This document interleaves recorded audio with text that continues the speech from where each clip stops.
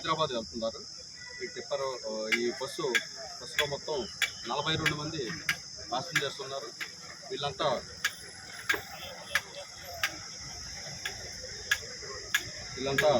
చినగంజాం నుంచి హైదరాబాద్ వెళ్తున్నారు.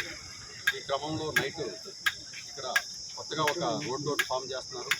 ఒకే రోడ్లో ఈ రెండు కూడా ఆపోజిట్ డైరెక్షన్లో గుద్దుకోవడం జరిగింది. ఇది కేసు రిజిస్టర్ చేస్తున్నాం.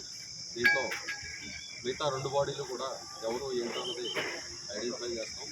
అలాగే ఈ ఇంజూర్డ్ వీళ్ళకి బెటర్ ట్రీట్మెంట్ అందించే విధంగా కూడా ఏర్పాట్లు చేయడం జరిగింది.